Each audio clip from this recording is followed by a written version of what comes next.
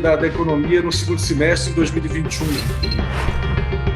Comportamento, consumo, tendências.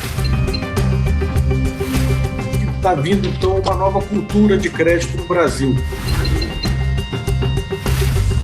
O Brasil, ele tem vários Brasis dentro.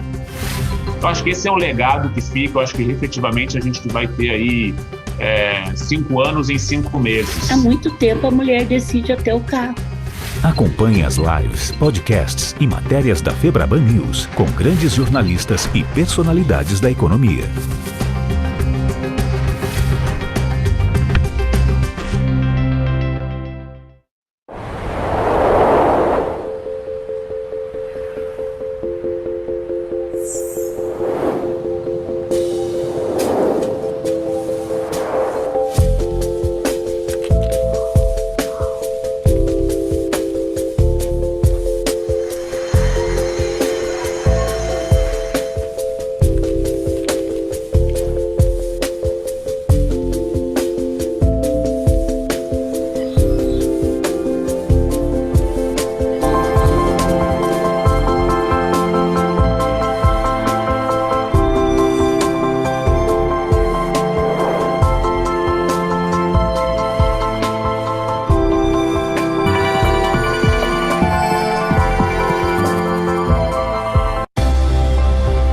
Empresarial é cheio de desafios, mas quando temos os parceiros certos por perto, as alternativas mais inteligentes acabam surgindo. E em um mundo totalmente conectado, ter o máximo de segurança nas operações financeiras é fundamental. Do contrário, os problemas acarretados por fraudes, déficit em dados, informações cadastrais e de crédito ruins podem ser severos ou até irreversíveis. Nossa empresa é referência no combate a fraudes. E nosso compromisso com a legalidade é o que nos habilita para um futuro próspero. Ter confiança no potencial do nosso país é o que move a Credilink. Temos o maior banco de dados cadastrais para proteção ao crédito do país. O nosso compromisso não é apenas com as empresas. Seguimos à risca a Lei de Proteção de Dados. Estamos por trás das mais simples operações, garantindo segurança e evitando fraudes. Desta forma, ajudamos empresas de todos os tamanhos em todo o Brasil. E, sobretudo, contribuindo para o sucesso delas. Credilink. Nossa parceria vai além do contrato. A transformação digital mudou a forma com que as empresas e seus clientes se relacionam. Organizações no mundo inteiro ampliaram sua presença na internet. E isso atraiu milhares de cybercriminosos que tentam ganhar dinheiro a partir de fraudes e golpes virtuais.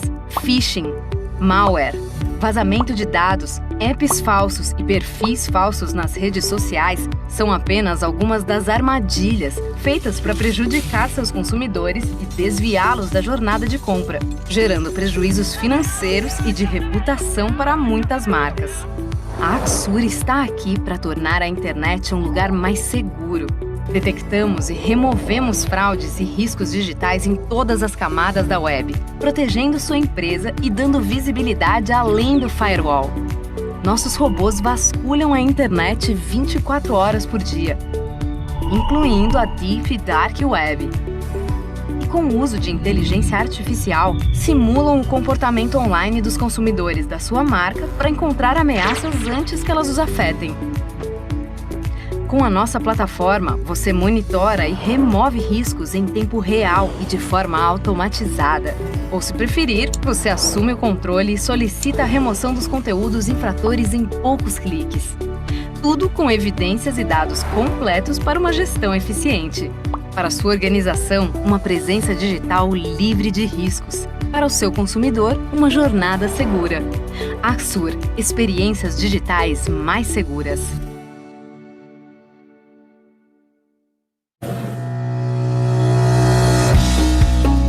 Somos a maior e pioneira plataforma de Open Finance do Brasil. Possibilitamos uma conexão eficiente entre milhões de brasileiros, centenas de empresas e as infinitas possibilidades de mercado, levando soluções reais de forma rápida, sem burocracias e com os melhores padrões de segurança. Hoje podemos falar que oferecer o serviço Cellcoin pode fazer de uma empresa o centro da vida financeira de seus clientes, seja qual for o ramo de atuação.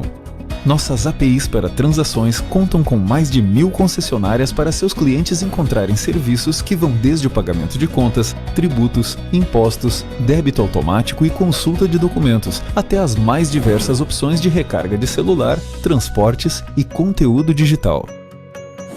Com as APIs de Open Banking, sua empresa tem em mãos uma conexão eficiente aos dados de seus clientes, para que consiga efetuar uma análise do comportamento e interesses de cada um deles, avaliando seu histórico de consumo, saldos, cadastros e tudo o que você precisa para oferecer experiências inovadoras e especializadas, sempre garantindo a proteção total desses dados, apagados logo após o uso. Enquanto isso, nossas APIs para redes físicas nos transformam em uma referência multicanal. Somos os únicos com uma rede própria de correspondentes digitais, espalhados por todo o Brasil. Em nossos milhares de pontos físicos, seus clientes efetuam saques e depósitos e você distribui seus produtos e serviços, contando também com uma geolocation que mapeia a aplicação das empresas nesses pontos. Os resultados? Centenas de clientes satisfeitos, incluindo bancos, empresas com capital aberto e dezenas de fintechs, sendo algumas delas consideradas unicórnios. Além, é claro, da satisfação dos milhões de clientes finais, que transacionam bilhões de reais mensalmente por meio das APIs. Levar nossas soluções para as empresas é nosso core business, para que o core business delas nunca deixe de ser sua real prioridade.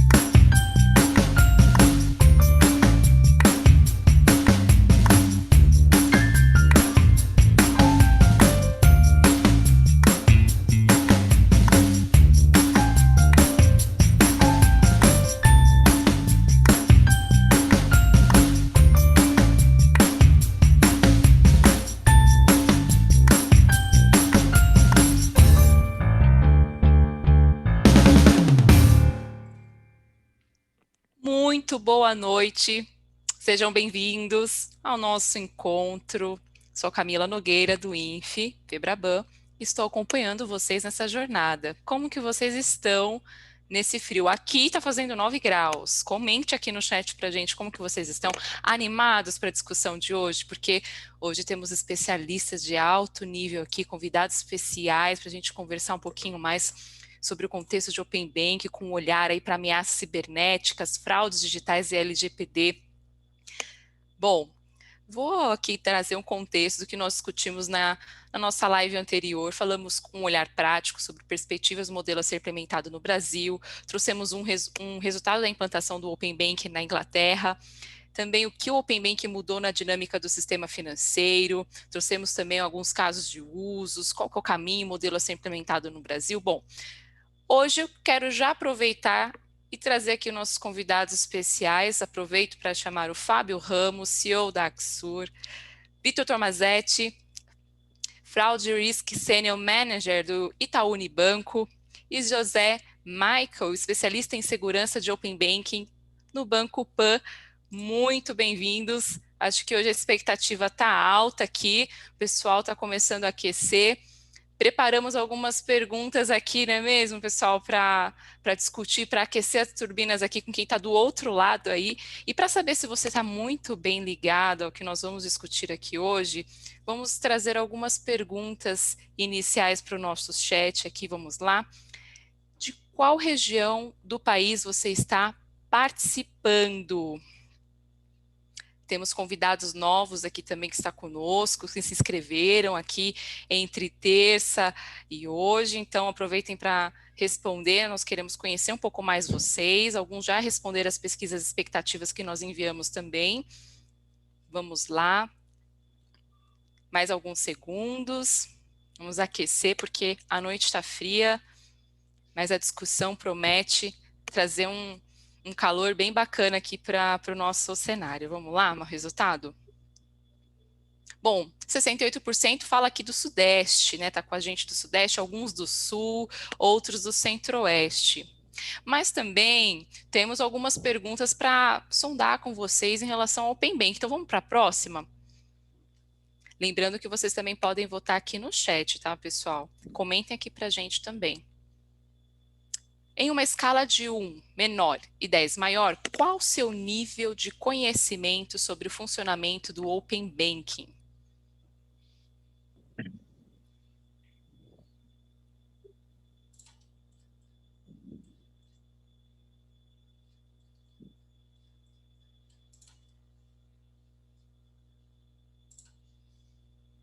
Só mais alguns segundos.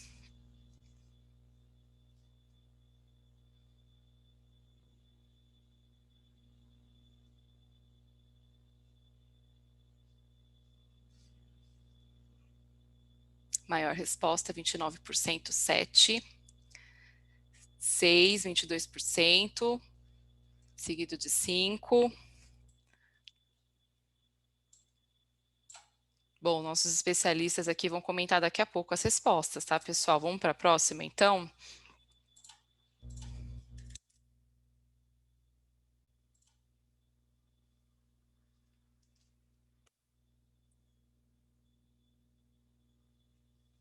Você faz parte de uma instituição que irá participar do Open Bank, sim ou não? Isso aqui eu vou dar 10 segundos, tá, pessoal? Para vocês aí aquecer a turbina, já votar. É digital, é rápido. Vamos lá. 88% sim. Faço parte de uma instituição que irá participar do Open Banking, seguido de 12% que não. Vamos para a próxima pergunta.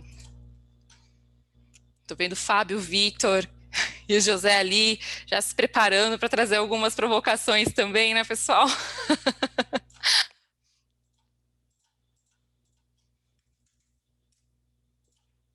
Sua instituição está preparada para a fase 2 do Open Banking, sim ou não?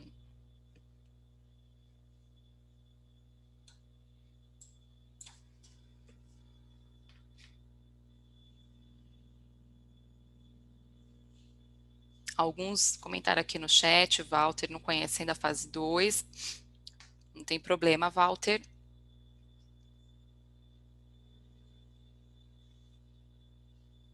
Vamos lá o resultado. Ah, já saiu aqui, 56% sim, 44% não. Vamos para a próxima pergunta. Você acredita que Open Bank trará mais liberdade e oportunidades de escolha ao consumidor final?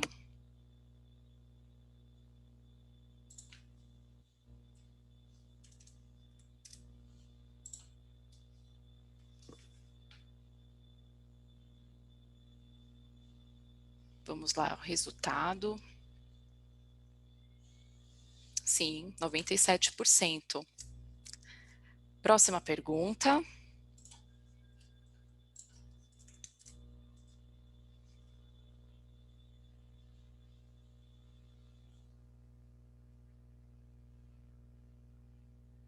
Você tem confiança na segurança do Open Banking?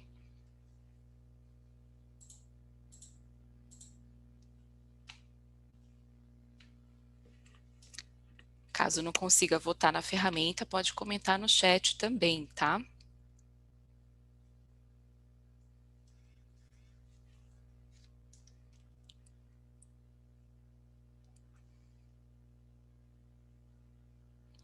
Vamos lá, o resultado. –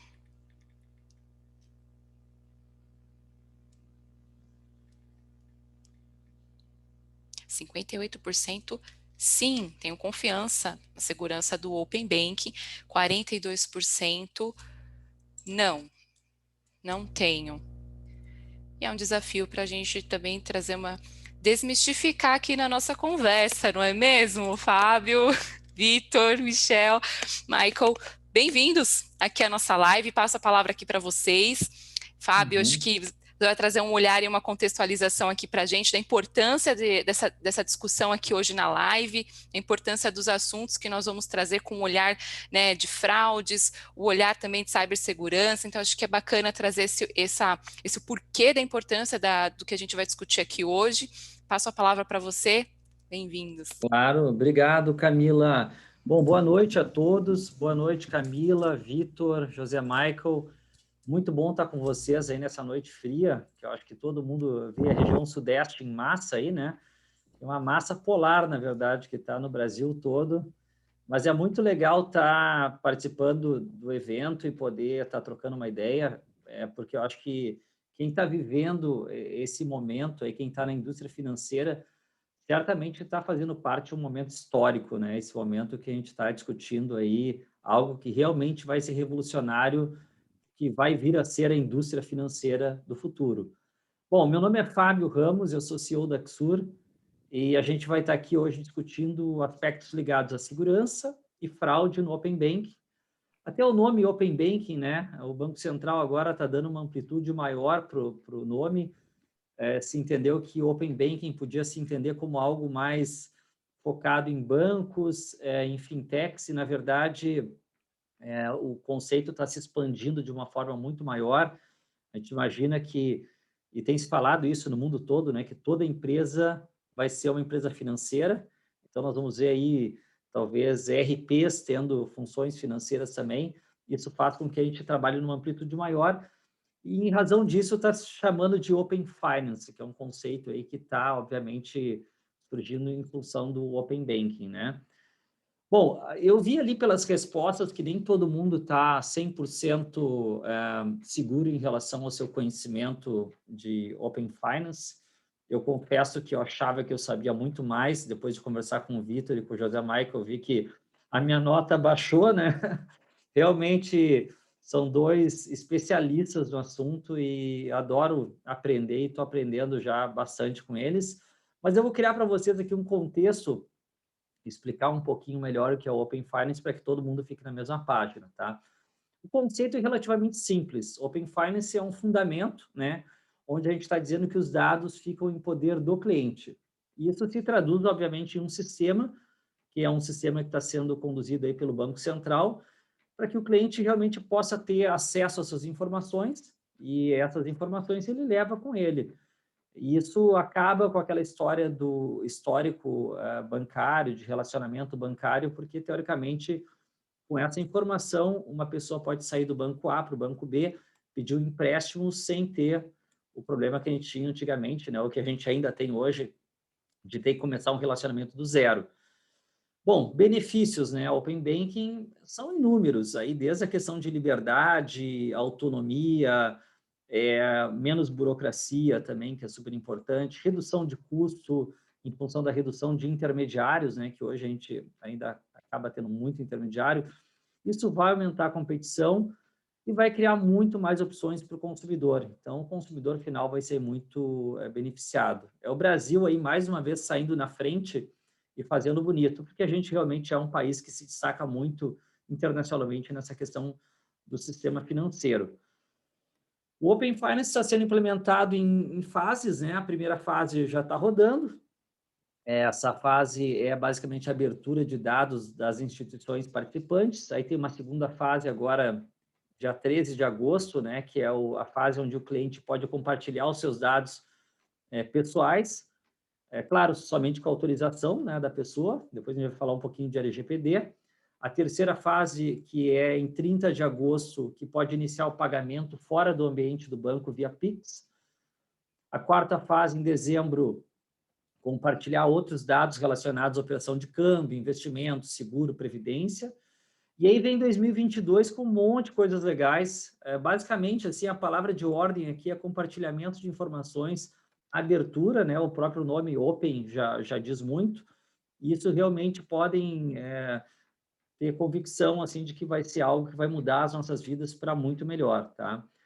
O objetivo desse nosso bate-papo, claro, é trazer isso mais para o nosso mundo, que é a nossa especialidade, que é falar de segurança, falar de combate à fraude, né?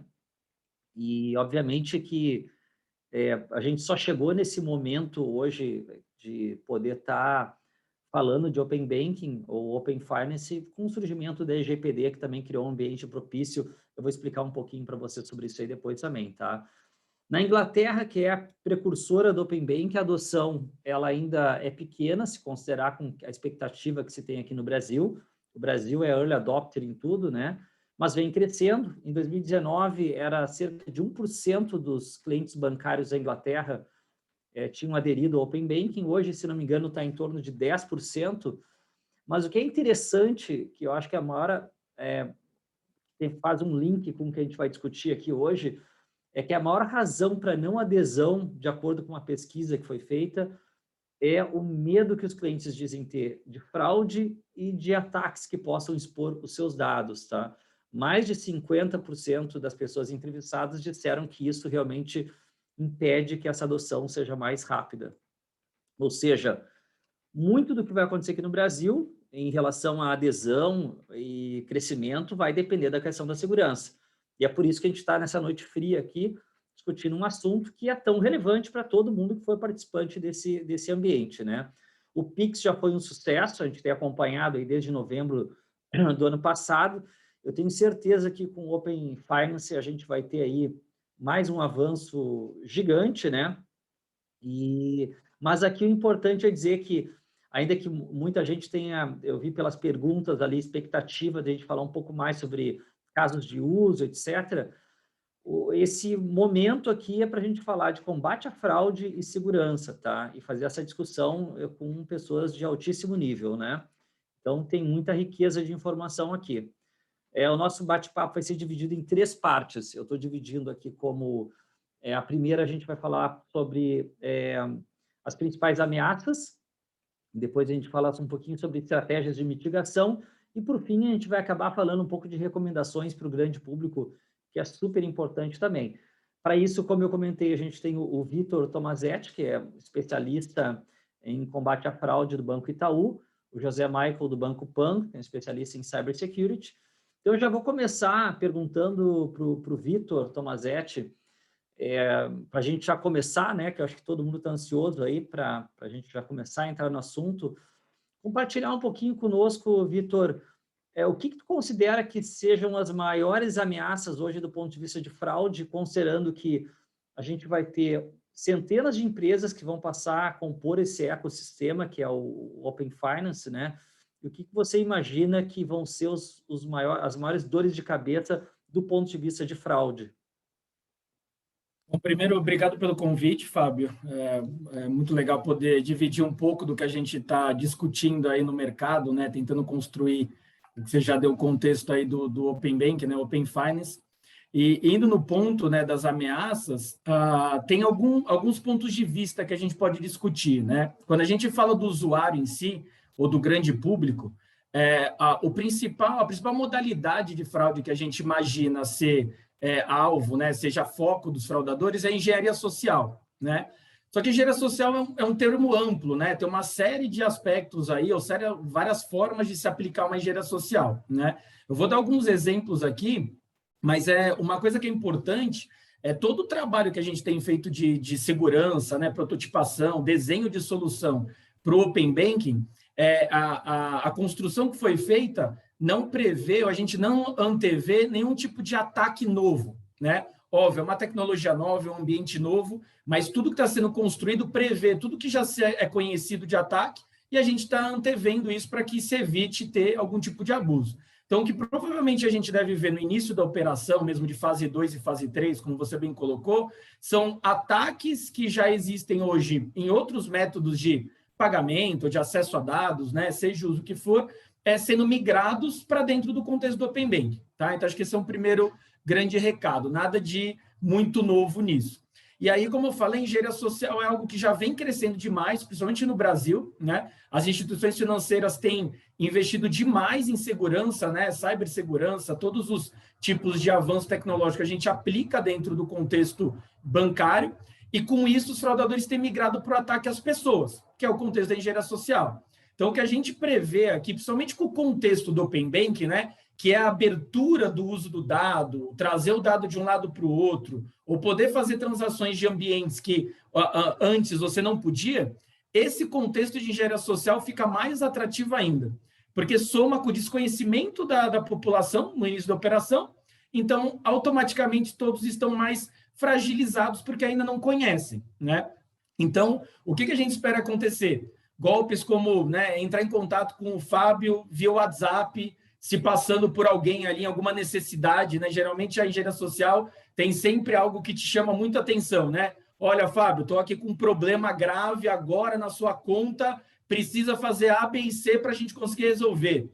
Ou te ligam, né? Fábio, aqui é o gerente da sua conta, é da área da segurança do seu banco, e eu preciso da sua senha para te salvar, né? Senão você vai ter um baita prejuízo. Então, a engenharia social, ela sempre parte de um contexto de urgência, de atratividade, alguma promoção também que te chama muita atenção, você clicar, preencher os dados, e aí te coloca num contexto onde você acaba entregando a chave do cofre.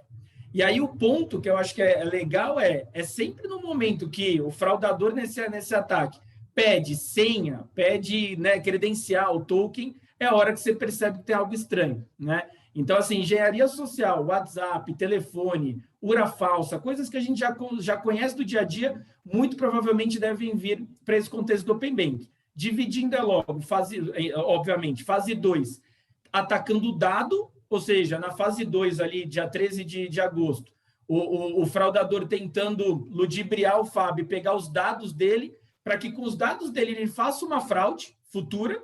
E na fase 3, 30 de agosto, quando você já consegue fazer uma transação, provavelmente colocando uma engenharia social e aí fazendo alguma transação em seu nome. Então, acho que engenharia social, de longe, aí é o nosso pareto para o início de operação, onde a gente deve se preocupar. Tanto a população, obviamente, de se educar, né, e ir atrás de entender, quanto as instituições financeiras que vão participar, preparar ali o seu ambiente para que a engenharia social não seja algo que realmente cause algum dano ao ambiente. Muito legal, bem colocado. Acho que a gente pode fazer um paralelo até com a questão do Pix, quando surgiu, logo em seguida, um pouquinho antes até, na época do cadastramento das chaves, as campanhas de fraudulentas, ali, de phishing, etc., elas são focadas na questão do cadastramento da chave, né? Aí depois eles foram migrando de acordo com os momentos do Pix também. Acho que nós vamos perceber, talvez, já ataques focados no gerenciamento da política de consentimento. Então, vai receber um e-mail dizendo a instituição X quer se conectar, cria uma paginazinha falsa lá, já captura a credencial, né? Então, muito interessante isso. E agora, Michael, sob a ótica de quem tem que cuidar aí dos aspectos relacionados à cybersecurity, né? Eu sei que você, da mesma forma que o Vitor, teve uma participação bem importante aí nessas discussões com o Banco Central, né, nos grupos de trabalho, e isso, colaboração, eu sei, de vocês, que é super nobre, né, porque vocês estão ajudando a construir esse ecossistema, isso é muito legal e é único, né? O que tu pode nos trazer, assim, de desafios, falando um pouco de infraestrutura, né? O que vocês discutiram como sendo potenciais ameaças aí relacionado ao Open Finance? Perfeito. Primeiramente, boa noite, né, Fábio? Boa noite, Vitor. Boa noite a Camila também. Um assunto quente, né, numa noite fria. Acho que é bem interessante a gente trazer aqui. Acho que, primeiramente, eu concordo com todos os pontos que o Vitor colocou, né, que o Open Bank ele não traz novas ameaças, né? O que vai ficar evidente são ameaças que a gente já vive hoje em dia, né, para um novo chamariz que é o Open Bank, né? Então, na verdade, ele torna-se um novo alvo. E, logicamente, o elo mais fraco sempre da cadeia de segurança acaba sendo o usuário. Né? E, por isso, ele é o mais suscetível à engenharia social e esse tipo de ataque. Então, ataques como ataques de phishing, né, é o tipo de ataque que provavelmente mais ocorrerá no início aqui da fase 2, com o intuito ali de conseguir ludibriar o consumidor para obter os dados dele, e aí, por consequência, conseguir fazer inúmeros tipos de fraude. Então, com certeza, de longe, essa será o maior vetor ali de ataque ali, será as campanhas de phishing e engenharias sociais vinculadas ali ao compartilhamento, tentar ludibriar o consumidor, né, o cliente final, a conseguir capturar ali, por exemplo, as credenciais, né, as credenciais de acesso dele às instituições que eles detêm conta. Então, acho que a grande preocupação que fica é a gente conseguir conscientizar, né, maturar, né, o nosso cliente, nosso consumidor final, da importância dele entender o que é o Open Banking, do papel dele aqui para a gente fazer com que esse ecossistema seja seguro. Legal, Michael. Agora, ainda pegando aqui um gancho nessa questão que você colocou, você tendo essa visão mais de cybersecurity, né? Está se falando que, quando se fala em open, interconectividade, todo mundo conectando com todo mundo, isso significa que as instituições participantes, né, elas vão ter que ter APIs abertas, disponíveis, publicadas, documentadas, né? Isso, obviamente, vai aumentar muito a superfície de ataque, porque isso passa a ter uma questão de controle maior sobre APIs. O que tem se falado, tem alguma recomendação do Banco Central, falando assim, melhores práticas de proteção de APIs? O que tem se falado sobre esse ponto mais especificamente? Perfeito.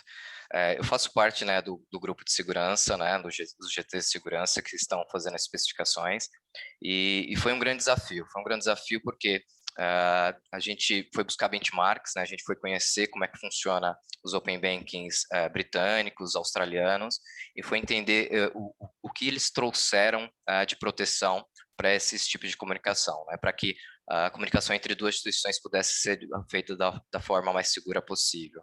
E baseado nesses benchmarks que a gente obteve, a gente discutiu muito para entender o que a gente precisaria adaptar ali para a realidade brasileira, né? E a gente fez adaptações em cima desses padrões, né? Mas a gente não reinventou a roda, acho que esse é o principal ponto.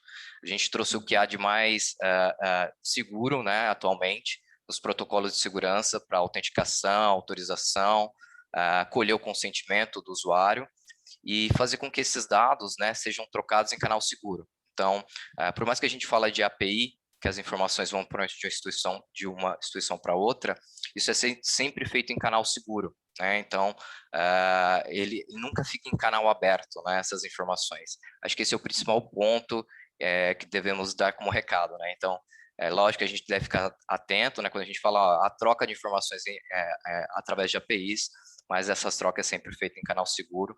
Então, a gente tem toda uma padronização dos protocolos, a padronização das especificações dessas APIs e validação dessas implementações desses padrões, né?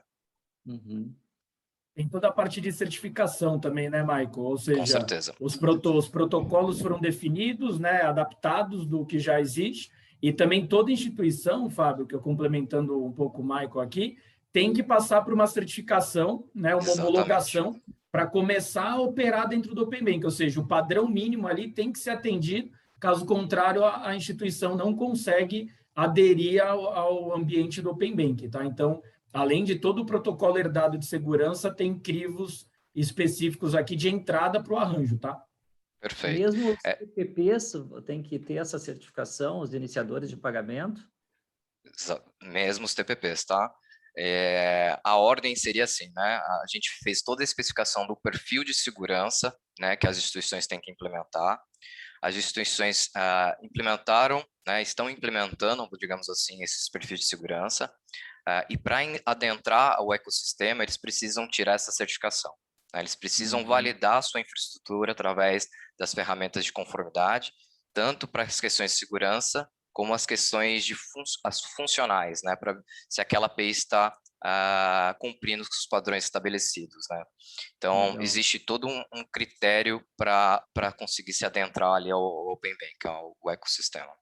Legal. Bom, o Thiago fez uma pergunta aqui, que seria a minha pergunta. A próxima pergunta é quem certifica, né, esse processo? É o Banco Central que está fazendo a certificação? Isso é uma empresa terceira que tem credibilidade, que faz certificação? É uma autocertificação? Como é que funciona? Perfeito. O processo de certificação é um processo de autocertificação. Existe uma ferramenta de conformidade que ela é mantida por uma fundação, pela fundação que é responsável pelos protocolos de segurança a qual a gente definiu como padrão, né, que é a OpenID Foundation, que mantém essa ferramenta, e cada instituição precisa passar por um processo criterioso de passar uma bateria de testes, né? E só depois de conseguir passar por todos esses testes, então, eles são enviados, né, os logs desses testes para essa instituição, ela verifica, e se tudo tiver ok, ela ganha a certificação e ganha o selo para conseguir fazer parte ali do Open Bank. Legal. Para complementar aqui, Fábio, a ideia é, né, como o Michael comentou, os protocolos que a gente está adotando aqui no Brasil, eles são protocolos open source utilizados em outras regiões, né? Perfeito. Então, de maneira resumida, sem tentar entrar muito no técnico, o Michael colocou já da OpenID, então são protocolos que a gente chama do OAuth, aqui o OAuth 2, dependendo da versão, que é uma forma de fazer a comunicação entre as APIs. Aí tem o OpenID, que é o ponto que o Michael colocou, onde vem toda essa aplicação de como as APIs para a Open Bank, Open Finance, deveriam funcionar, tanto no aspecto funcional quanto de segurança. E aí tem um outro protocolo adicionado, que é o FAP, que a gente chama, que é o Financial Grade API, que é onde utiliza-se APIs, mas quando o contexto é financeiro, ela exige camadas adicionais de segurança. Exatamente. Exato. E aí isso foi trazido para o Brasil, e aí o grupo de trabalho de segurança onde o Michael está, adaptou isso ainda para o Brasil, né? Porque a gente sabe que no Brasil o nível de segurança tem que ser tanto quanto mais alto do que o UK, por exemplo. Então, além de tudo, ainda tem a parte brasileira para poder trazer o nível de segurança adequado e fecha com a certificação. Ou seja, todo mundo sabe como operar e tem que operar no nível mínimo de segurança e certificação para conseguir entrar no ambiente. Só aí a gente tem um ambiente que a gente pode considerar seguro, né? Perfeito. O Fábio, o Vitor deixou uma bola pingando muito interessante, que além dessa questão dos padrões e da certificação, o grupo de trabalho também criou uma lista de requisitos mínimos de segurança, né? É um conjunto ali de requisitos que toda instituição precisa implementar, que definem ali quais são os controles e proteções que as instituições participantes precisam ter. Então, além da aderência ao protocolo utilizado, né, para se comunicar entre as APIs e esse processo de certificação, ainda existe algo maior, né, que é os requisitos mínimos, que abrangem tudo, toda a infraestrutura, não só a parte de autenticação, autorização e consumo das APIs, mas do ecossistema como um todo. Legal, muito bom. Bom, vamos avançar um pouquinho aqui, então. A gente já está falando, de certa forma, sobre como mitigar risco, né, controles para realmente reduzir o risco, mas eu acho que assim, nós vamos ter tantos participantes e muitos, obviamente, não vão ser grandes bancos, né? Os grandes bancos têm uma estrutura muito maior, tem equipe, etc. E para os menores, realmente a batalha é mais dura para conseguir manter um nível de segurança, etc. Tem uma limitação de recursos, às vezes, para investir em segurança, tem que ser mais assertivo. Eu queria começar com o Vitor e pegar a perspectiva de combate à fraude. O que você recomendaria, Vitor, para um participante que estivesse começando assim, no seu papel, mas chegando e falando assim, bom, eu vou assumir esse desafio, o que eu deveria estar me preocupando primeiro, né? Já que eu não posso olhar para tudo, da perspectiva da fraude, o que deveriam ser, talvez, os pontos mais tratados aí num plano de 30, 60 ou 90 dias? Fábio, a primeira coisa é contrate um fraud manager, né? Sei que eu estou puxando sardinha para o meu lado aqui, mas é super importante ter, né, um profissional dentro da sua instituição, né, com aquela responsabilidade de representar a sua instituição e garantir que o contexto da prevenção à fraude ali, né, e aí segurança da informação também, obviamente, a parte de segurança, mas é muito importante, porque são inúmeros aspectos, tá, Fábio? Então, realmente é uma estratégia holística, muito ampla. E como você bem falou, instituições que já são de grande porte, elas já têm estruturas muito bem formadas, né, tem equipes ali. para quem está entrando no ambiente, a primeira coisa é realmente ter o suporte de alguém que conheça ataques aqui no Brasil, histórico, como acontece não só dentro do que possivelmente o Open Bank vai trazer, mas o que acontece em fraude de cartão de crédito, débito, Pix, contexto bancário, porque isso tudo cabe dentro de uma construção de uma estratégia para prevenir a fraude, né? Então, acho que esse é o primeiro ponto. Então, ter essa pessoa. O segundo ponto, pensando na instituição, é realmente ter muita atenção no desenvolvimento, né? Tudo que foi definido ali, porque além de protocolos mínimos, tem recomendações para serem atendidas, né? Tanto de segurança, mas em prevenção à fraude também. Então, dentro do GT de prevenção à fraude, que eu estou coordenando ali dentro da convenção do Open Banking, a gente está construindo um guia de recomendações para que os participantes, principalmente os novos participantes no Open Bank, a gente tem muito participante cadastrado no Open Bank, eles consigam ter ali uma base para poder montar a sua estratégia.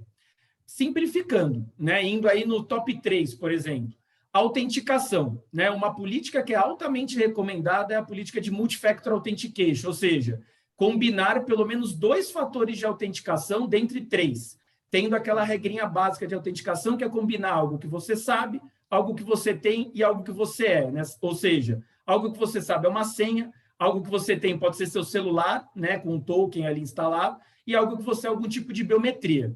Então, a recomendação, a primeira para transações de alto nível, né, de segurança, que necessitam de alto nível de segurança, utilize a política de Multi-Factor Authentication. Combina a senha com uma biometria, um token com uma senha, um token com uma biometria, para poder dar, eu brinco que é o muro da casa, né? Você tem uma casa, então um muro alto já mitiga bastante ladrão de tentar pular ali para dentro do seu quintal, né? Uma segunda parte entra no pilar um pouco mais de detecção transacional, né? Seja ela para fase 2, onde você vê comportamentos muito estranhos. Por exemplo, faz sentido o Fábio estar compartilhando o dado dele 50 vezes ao dia com várias instituições? Né? Eu estou dando um exemplo bem exagerado, mas para efeito realmente de tangibilizar o exemplo. Ou seja, comportamentos de consulta a dados e compartilhamento de dados que não fazem sentido, obviamente que isso a gente modela matematicamente, modelos de machine learning, tem uma série de formas de fazer, mas investir numa estratégia de detecção de behavior, que a gente fala de comportamento, é super importante, seja para compartilhamento de dados, seja para o transacional, né? E por fim, aqui, para a gente poder ter, né, os pilares combinados, ter realmente uma operação focada em prevenção à fraude, ou seja, porque nem todo sistema, não importa o quão bom ele seja, ele é perfeito, ou seja, eu não tenho um sistema hoje que fala, ó, isso é fraude, isso é cliente, com 100% de certeza. Então, matematicamente, sempre tem um falso... pensando em como subverter o sistema, né? Então, não é um Exato, então é estático, vivo, né? Exato. Então, o ponto para tentar combinar é uma prevenção boa, com modelos de autenticação fortes, um processo de detecção comportamental, seja de dados ou seja de transação, onde, por exemplo, faz sentido o Fábio mandar todo o dinheiro dele para Dubai, 1h da manhã, sabe, num contexto super de um device que a gente nunca viu na vida, não faz. Então, esse é um segundo modelo. E o terceiro, ter uma operação que trabalhe os falsos positivos ali ou as mudanças nos ataques e rapidamente informe o Risk Manager e isso tudo se retroalimenta.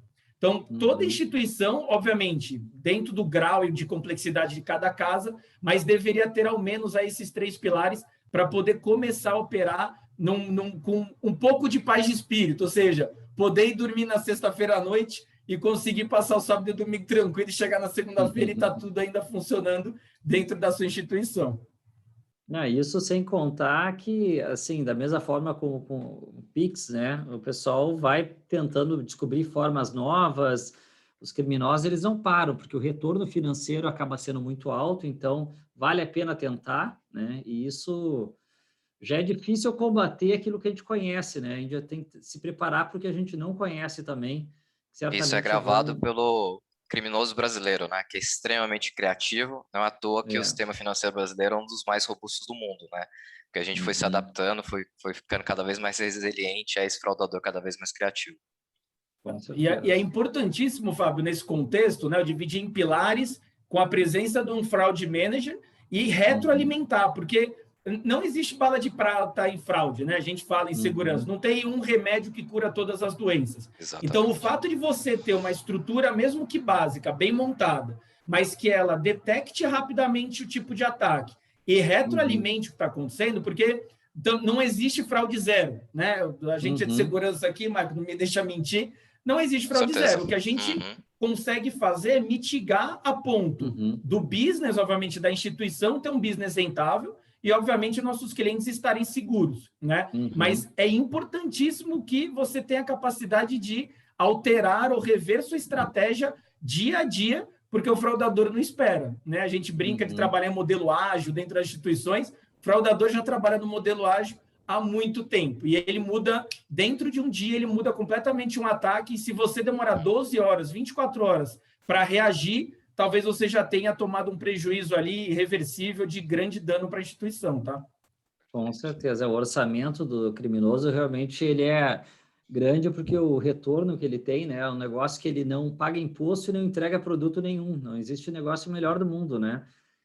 Eu brinco que o fraudador calcula ROI também, né, Fábio? O fraudador também calcula ROI. Ele fala, olha, eu atacar essa empresa aqui, né, eu atacar esse produto, me traz um ROI de 10, versus, se eu explodir caixa eletrônica, é um ROI de 2, né? Então, ele também faz essa conta, ele também acorda às 8 da manhã, né? E ele vai trabalhar continuamente para poder pegar e vencer a gente aí no dia a dia. Com certeza. E fraudador não tem que cumprir regras, né? Então, para ele é tudo, o que tiver que vai passar, ele vai passar. Não joga na regra, né? Mas pegando o gancho aqui, José Michael, vamos falar um pouquinho da perspectiva mais de cybersecurity, né? Eu acho que tem vários pontos, assim, que existem dúvidas. Você falou um pouco, assim, que os sistemas não são públicos, né? Então, as APIs não vão ser públicas, e isso aí já reduz bastante o risco. Eu queria que você falasse um pouco da perspectiva de cybersecurity, da mesma forma como o Vitor falou ali do que seria o plano de 100 dias, né? O que eu tenho que fazer como uma instituição menor, o que eu tenho que cuidar, que tipo de cuidado ou serviço que eu tenho que contratar ou pessoa para estar numa condição mínima aí para poder dizer, vou para a guerra, mas eu sei que eu vou conseguir sobreviver, né? Perfeito. É assim como qualquer instituição, né, que hoje detenha conta, que faça transação, ela tem que cumprir uma série de requisitos ali, né, regulatórios, né, se ela guarda dados na nuvem, se ela manipula dados do cliente, como a LGPD, o Open Bank vai ser da mesma forma. Então, a gente criou uma lista de requisitos mínimos de segurança que toda instituição precisa cumprir. Isso está dentro das regulações do Open Bank, junto ao regulador, né, a declarou. Então, por menor que a instituição seja, ela precisa manter esses controles mínimos, né? Então, ela precisa monitorar o consumo das APIs, se está ocorrendo algum ataque, né? Tem que notificar em caso de incidente, é a obrigação dela fazer as notificações. Então, ela tem as suas obrigações, né? E assim, tem as obrigações de manter também aderente a todos os protocolos que foram definidos, né? Então, para adentrar ao sistema, você precisa ali estar aderente às RFCs, os padrões, né?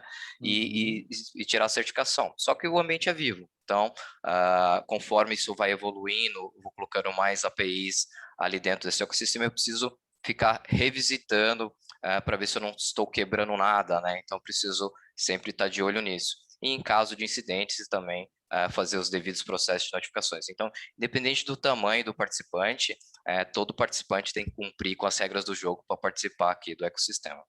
Legal. E aí uma pergunta... Para complementar aqui, Fábio, claro. É só para poder dar o parênteses entre a segurança que é a fraude, né? Segurança, geralmente, é um padrão mínimo não negociável. Falou, você tem que fazer isso tudo para começar. Prevenção à fraude acaba tendo um contexto de apetite de risco de negócio, onde você pode fazer algumas coisas ou não, né? Óbvio que aqui no fraudador ele nunca me deixou mentir. Se você deixar uma porta aberta, ele vai passar, né? Mas ele tem esse contexto. Então, segurança geralmente padrão mínimo, atende todos os requisitos, e prevenção à fraude você faz essa combinação de fatores, o investimento, buscando aí otimizar também retorno da empresa e, obviamente, segurança para os clientes. Não, com certeza. Isso é muito claro até com o surgimento dos bancos digitais. A gente observou que no início era um jogo muito voltado à aquisição de clientes e, em função disso, os controles de fraude baixaram muito e isso, obviamente, aumentou muito o número de clientes para esses bancos, mas a fraude aumentou também na mesma proporção, né? E depois eles foram regulando, mas tem tudo a ver com decisão de negócio, velocidade que o negócio quer dar. Claro que não dá para brincar muito, né? Porque aqui no Brasil, se realmente deixar, passa a turma toda, né? Mas eu tenho uma pergunta aqui para o José Michael, que eu acho que mais pessoas podem ter, que vem um pouco em relação àquela minha primeira pergunta das APIs, do ambiente, etc., que é sobre a possibilidade, considerando o número de participantes, considerando que, obviamente, os participantes têm níveis de segurança diferentes, né? Então, tu vai ter lá um bancão que tem um super orçamento, que tem um nível de segurança que a gente já conhece, que é muito bom, e aí vai ter um participante pequenininho, como a gente sabe, né? Aqui no Brasil, cada semana saem 2, 3 vazamentos de dados na Deep Dark Web. A minha pergunta é assim, se um participante menor ele é invadido, corre um risco de ter uma exposição sistêmica, assim, em função de esse participante ele ser acreditado nessa nuvem, nesse ambiente onde todo mundo se relaciona, o atacante fazer lá uma movimentação lateral e conseguir se proliferar por outros participantes? Isso é legal, para a gente tangibilizar, né? Quem está dentro fica muito mais fácil entender, né, que a dificuldade se ocorrer, mas para quem está fora, como isso não é tangível, passa a imaginar a possibilidade desse tipo de situação. Mas o Open Banking ele trabalha de forma de comunicação ponta a ponta, né? O que é ponta a ponta? A troca de informações sempre entre duas instituições. Então, para a fase 2, a gente costuma dizer que nós temos um receptor e um transmissor. Para que esses dois participantes consigam se falar, primeiramente, eles têm que ser devidamente registrados junto ao diretório de participantes. Existe todo um onboard muito criterioso em cima desse participante, né? Esse participante precisa fazer todo o seu processo de onboard, ele é reconhecido como participante e só depois ele ganha o que a gente pode chamar aqui de um crachá para poder bater na porta do outro participante e falar, olha, eu quero me comunicar com você. Quando ele bate na porta do outro participante e fala, eu quero me comunicar com você, aquele transmissor ele vai pegar esse crachá e vai validar junto ao diretório. Fala assim, olha, ele realmente é um participante válido? Olha, ele é um participante válido, pode se comunicar com ele. E a partir daquele momento, eles estabelecem um canal seguro e passam a trocar informações através desse canal seguro. Então, no caso de um comprometimento de um participante, ele automaticamente, assim que detectado que ele sofreu qualquer tipo de vazamento, ele é revogado através do diretório central, que automaticamente todos os demais participantes aonde ele está registrado também retira digamos que ele entra numa blacklist, e aí os demais participantes falam, com ele eu não falo mais. Então, o ecossistema foi pensado justamente para evitar esse tipo de situação. Legal, legal. Tem uma máxima, né, Fábio, que é o nível de segurança do ecossistema é o nível de segurança do elo mais frágil. Mais fraco, exatamente. Então, isso é uma premissa que a gente utiliza, principalmente quando a gente está construindo realmente um ecossistema, a gente está falando para o país inteiro. Então, essa premissa, por isso que segurança, né, cibersegurança, o apetite de risco é zero. Então, ou você atendeu ao requisito mínimo, ou você nem entra, que é o que o Michael colocou. Ou seja, nesse caso, a assimetria que você colocou do bancão grande com o pequeno, em segurança, ela some, ela fica equivalente. Caso contrário, você não entra. Você nem entra. E aí, adicionalmente, mesmo que aconteça, porque, de novo, não existe fraude zero, não existe sistema infalível, que aconteça, tem medidas complementares, que é outra máxima que a gente usa em segurança, que é, né, quem tem um não tem nenhum, ou seja, precisamos de camadas complementares para que, se uma camada é sobreposta, transpassada, a segunda detecta, a terceira detecta e a gente atua, né? Então, a ideia realmente é que o Open Banking no Brasil aqui seja a referência para padrão de segurança para o mundo inteiro, né? Provavelmente outros países aí na sequência devem vir agora consultar a gente em relação a isso. Eu tenho Perfeito. certeza Já que você absoluta. mencionou isso, Vitor, desculpa, Fábio, já que você mencionou isso é muito legal. A gente realmente pegou o histórico, né, da implementação do Open Bank britânico e do Open Bank australiano e as lições aprendidas, né? Eles levaram meses ali para maturar e entender o que eles erraram, e o sistema brasileiro já está nascendo com as lições aprendidas desses dois outros ecossistemas, né? Então isso é muito legal você ter mencionado. Não, com certeza, né? É muito legal ver isso. Eu não tenho dúvida, assim, que do ponto de vista de segurança cibernética, realmente os bancos ingleses, eles devem ter tomado muitos cuidados, até porque hoje, numa visão, assim, global, os ataques, principalmente pelos atores aí da Rússia, da China, Coreia do Norte, né? Eles acabam focando muito no sistema financeiro internacional. Agora, do ponto de vista de fraude, eu vou dizer que o Brasil é especial, viu? O Brasil, não sei se tem outro país no mundo que tem essa característica. Então, acho que certamente muitos países vão vir aprender conosco, não só na fraude, mas na parte de cibersegurança também. E aí eu vou fazer aqui, vamos para a terceira parte, falando um pouquinho mais de consumidor, né? Então, a gente falou um pouquinho de, obviamente, questões mais técnicas de proteção do ambiente, do ponto de vista de fraude também mais ferramental, né? Mas a gente não pode esquecer que, no final do dia, um dos componentes chaves do processo é o usuário, o consumidor. E se ele não fizer o papel dele, então pode ter um abalo aí no sistema, né? Na credibilidade do sistema, enfim. E aí eu queria começar com você, Tomazetti, falando um pouquinho de como é que você vê o papel do grande público e como é que você vê também papel das instituições financeiras olhando para o seu público, né? Porque, de certa forma, é um pouco responsável também por essa educação para o consumidor. Então, acho que tem um ponto aqui, Fábio, até de aculturamento, né? Porque, assim, com esse novo trilho, né, que a gente está construindo, que é o Open Bank, porque o Open Bank ele não é um fim, ele é um meio, né? E a gente até espera muita inovação aí em cima desse trilho que está sendo construído, de usos dos mais diversos possíveis. Mas voltando na tua primeira fala ali, né? O que o Open Bank é? O cliente ter, né, ser dono do próprio dado, né? Ou ter controle ali das suas informações financeiras de maneira ampla. Então, tem uma questão de cultura onde os clientes vão ter que se educar, procurar se educar, em agora não achar que o dado financeiro dele pertence a um banco, a uma instituição financeira. É dele. E ele tem a responsabilidade também de zelar por isso, né? Então, ou seja, olha, eu tenho conta em 10 bancos, eu não sei o que eu preenchi num lugar, no outro, né?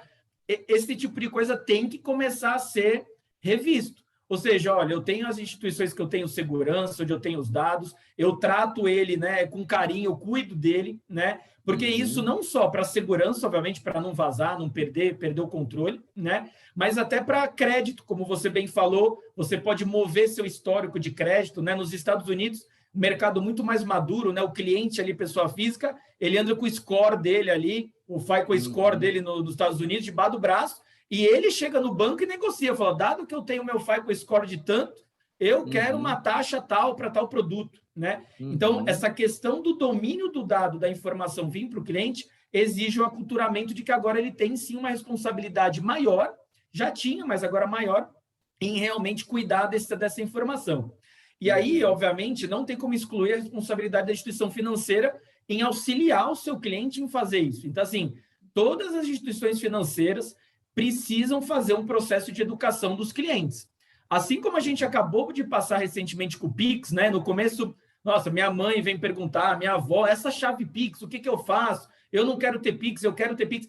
E a gente teve que ensinar. E hoje o Pix já tem uma penetração absurda. E a gente vê nos dados do Bacen o quanto ele subiu. Por quê? Porque o cliente criou confiança, aprendeu a usar. O Open Bank vai ser o mesmo. Então, é uma combinação do cliente procurar se educar, porque a responsabilidade sim também está na mão dele aí de olhar isso, e das instituições financeiras que têm ali, né, todo o cuidado com o seu cliente, educá-los. Seja proativamente, né, ou seja, enviando ali informações de como ele vai operar no Open Banking, as páginas de internet, contato com o seu gerente, né, ou seja, todos os canais de atendimento, de uma maneira ou de outra, vão ter que educar esse cliente. Isso ajuda tanto na educação financeira como um todo, mas também na segurança. Porque como a gente comentou, né, como o maior ataque que a gente imagina ser migrado aqui para o Banking é engenharia social, um cliente bem educado dificilmente cai nessa conversa mole de um fraudador levando o seu dado. E aí o ecossistema inteiro ele fica mais seguro, né? Voltando na máxima, o elo mais frágil, o nível de segurança do ecossistema é o elo mais frágil. E o cliente faz parte do ecossistema. Se a gente não fortalecer ele, é ali que o fraudador vai atacar. Então, o cliente procurar e a instituição suportar a soma dessas ações, a gente rapidamente deve diminuir a curva ali, né? Ou acelerar a curva de aprendizado e chegar no nível onde a gente consegue utilizar o produto como se já existisse há muitos anos. Assim como hoje, praticamente, o Pix, para mim, aquela coisa, nossa, não era Parece assim antes, né? A vida toda, né? Exato. Com certeza, não, muito legal. Eu vou fazer uma última pergunta aqui para o José Michael e depois a gente pode pegar vieram algumas perguntas, mas que já foram respondidas ao longo da nossa conversa aqui. A gente sabe, assim, José Michael, que as pessoas se dividem no mundo entre aqueles que têm medo de tudo, né, e os que parecem que não têm medo de nada. Aí, como você está dentro, visualizando tudo que está sendo feito estruturalmente em relação ao Open Banking, que mensagem você passaria, assim, tipo, olha, podem confiar, gente, a gente cuidou bem da segurança. O que você poderia passar aí de mensagem para a população relacionada à segurança do Open Banking? Perfeito, Fábio. Sim, meu ponto de vista é que todo consumidor, todo cliente, ele pode sim confiar no ecossistema que a gente está montando. A gente está gastando muitas horas, né, se debruçando sobre como tornar o ecossistema o mais seguro possível, mas tem aquele papel também de ser sempre aquele cara atento, né, de ser aquela pessoa que está sempre atento e fazendo sua parte para não cair em golpes, né, em tentativas de engenharia social. Então, aquelas mesmas recomendações que existem pré-Open Banking, então, na hora que receber um e-mail, na hora que receber um contato telefônico, um WhatsApp, sempre desconfiar. Você pode ser uma pessoa que confia desconfiando, né? Então, ela confia no sistema, mas ela desconfia em qualquer interação ali e procura saber se ela é legítima ou não. Então, a recomendação é essa, de que é possível confiar no ecossistema, mas sempre desconfiar ali, né, das interações para saber se aquilo é legítimo. Então, procurar contatar a sua instituição. Recebo um e-mail, será que é da minha instituição? Será que é realmente uma campanha legítima? Então, procura os canais oficiais, procura sempre se informar, buscar sempre informação. A informação é o melhor mitigador tanto de fraude como de riscos de segurança. Se você tiver uma boa higiene de segurança na sua vida pré-Open Banking, você terá após ela. Vou fazer uma pergunta rápida aqui. Mais curiosidade mesmo, eu confesso que o Thiago colocou a pergunta e eu também fiquei curioso. Tem algum outro país da América Latina que vocês saibam que está seguindo essa trilha do Open Banking? Se não me engano, o México também não está, né? Tem várias iniciativas, mas comparado com o nível de maturidade, velocidade da nossa implementação, não. As datas que a gente tem, até comparado com o Reino Unido, eles demoraram muito mais tempo do que o Brasil, né? O Banco Central está trabalhando muito para a gente conseguir, num curto espaço de tempo, entregar até um escopo maior do que o próprio UK lançou. Então, na América Latina, iniciativas embrionárias, mais longe ainda de ter a maturidade aqui nossa, tá, Fábio? Um ponto aqui, Fábio, eu dei uma olhada nas perguntas que você comentou, eu vi alguma coisa de LGPD, acho que tem 2 pontos que eu acho legal comentar, que acho que ajuda bastante, tá? Então, primeiro, né, e acho que você comentou logo na sua abertura, a LGPD é a fundação que permite a gente ter o Open Banking no Brasil. Então, tudo está coberto por LGPD. E, obviamente, ali complementando a ANPD, que é a Agência Nacional ali de Proteção de Dados. Ou seja, a lei está estabelecida, regras, responsabilidades, penalidades, né, e todo o contexto da lei, e a ANPD está aí para regular. Quando entra o Open Banking, essa lei se aplica integralmente. Tá? Então, esse acho que é o primeiro ponto. O segundo ponto que acho que é legal, que teve uma pergunta, se não me engano, acho que foi do Gustavo. Mas como é que eu fico sabendo? O que eu vejo? O conceito do Open Banking sempre parte da premissa que o usuário deu consentimento. Ou seja, o Fábio autorizou o dado sair da instituição A, foi para B, ou o dinheiro sair da A e para B. E aí, o ponto é, pós-fato, né, depois que você deu o consentimento, é obrigatório, está dentro do guia de UX ali do Open Banking, toda instituição detentora de conta que concedeu o consentimento tem que ter ali disponível para o Fábio, né, usando você como exemplo, entrar e revogar aquele consentimento, né? Ou seja, você tem como gerir todos os consentimentos que você deu. Imagina que o Fábio entrou, deu consentimento para a instituição A, B, C, e aí fez uma lambança e fala, onde eu estou? Onde meus dados estão?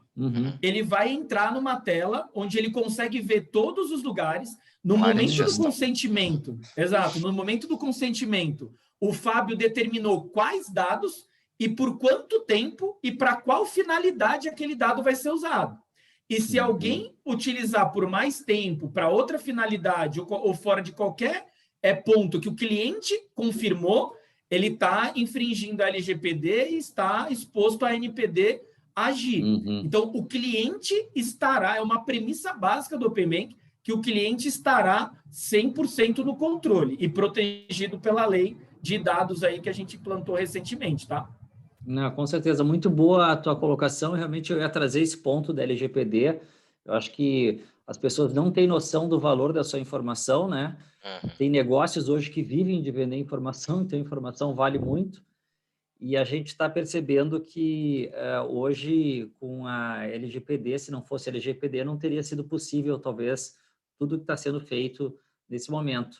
Bom, a gente está chegando no final aqui, pessoal, são exatamente 20 horas, né?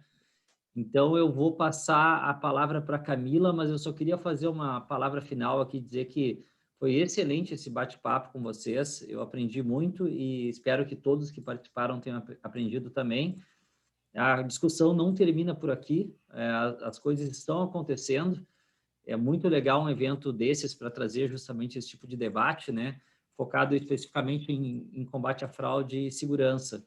Então, muito obrigado aí, Vitor e José Michael, pela participação. E passo a palavra aí para a Camila. Excelente discussão. Excelente, excelente. O pessoal está comentando aqui que gostaram bastante. Acho que esse foi o cuidado que nós trouxemos aqui nessas duas lives aqui para vocês hoje. Conteúdos preparados para vocês munirem de informação, com especialistas renomados. Fábio, obrigada pela condução. Vitor, José, quero abrir aqui para uma fala final de vocês, recomendações finais para as instituições e para os usuários, o que vocês deixam aqui para a gente como recomendações aqui, pensando nesses desafios do Open Bank. Pode ir, Fábio. O Fábio, o Michael, pode ir? A minha recomendação é que sigam o que esses dois especialistas falaram aí ao longo da nossa live, porque trouxeram muitos insights e eu acho que olhar para assim, pessoas que estão preparadas, que têm informação e conversar e participar desses grupos é a melhor forma de avançar no processo, porque tem muita coisa, não tem uma solução, não tem um processo, uma tecnologia, um conjunto de coisas, né? Agradecer o convite, né? Eu acho que o trabalho que vocês estão fazendo, divulgar o Open Bank, de trazer as pessoas para mais próximas e entender o funcionamento, tirar essas dúvidas é importantíssimo, né? Faz parte do processo que a gente falou do educacional, né? E dizer para todos assim que é muito prazeroso fazer parte de algo tão importante como é o Open Bank no Brasil, que é só, digamos que uma sementinha de algo muito grande que está por vir, tá?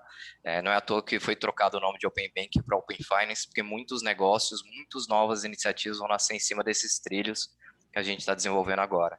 Então, é muito legal fazer parte de tudo isso.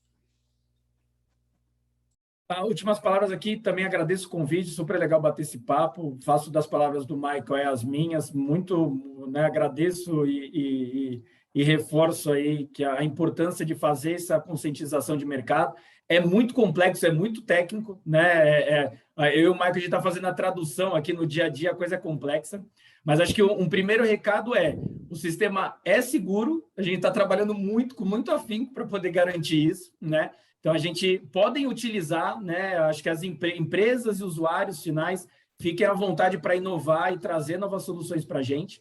Acho que tem muito conteúdo também, quem tiver interesse de se aprofundar no próprio site do Bacen. Bacen tem um site inteiro, acho que a Camila depois vai disponibilizar. Tem muita informação, está bem didático, tanto para instituições quanto para usuários. Tem alguns outros links aí que a gente dividiu também, para que vocês possam fazer pesquisa, tá? Então, até a gente realmente ter o conhecimento difundido. Acho que quem for aí interessado no assunto, puder pesquisar, eu acho que é um assunto super interessante. E, obviamente, a gente está à disposição e super feliz de poder ajudar a difundir o conteúdo de Open Banking, tá bom? Obrigado, Camila, Fábio e Michael. Encerramos aqui. Se cuidem e fiquem atentos às nossas redes também, porque vão vir mais assuntos interessantes e mais lives com outros especialistas. Gente, muito obrigada. Obrigado, pessoal. Tchau, tchau.